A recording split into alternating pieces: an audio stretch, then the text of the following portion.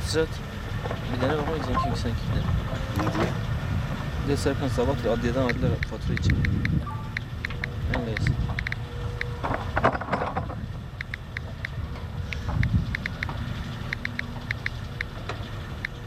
Arıyorlar. Çabuk bir Bartos'a git.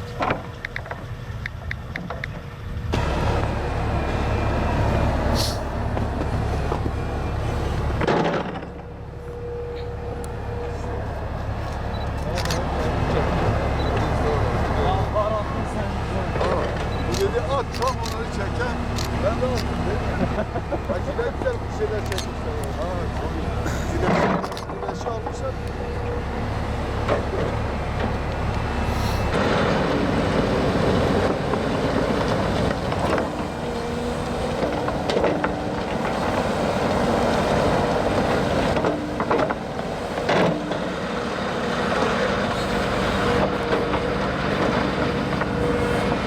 Biz Derecik, İlıca, Ağlı, Ekindüzü, Arıköy, Cevizleri Grup köy yolumuz yaklaşık 20 günden beri ulaşıma kapalı. Özellikle bu sene yoğun tipi ve fırtınadan dolayı yer yer 10-15 metre bulan kar birikintisi mevcut. Ekiplerimiz çalışıyor. 7 gün 24 saat esasına göre çalışıyoruz. Şu anda bölgede 2 tane kar savurma aracı, rotatif dediğimiz kato.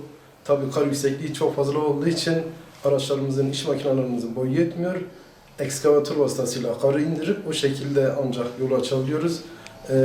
Yolu inşallah 2-3 gün içerisinde ulaşıma açmış olacağız. Bu sene özellikle kar yağışı tabii şehir merkezinde çok fazla olmadı ama yüksek kesimlerde ulaşım için çok zorlu geçiyor.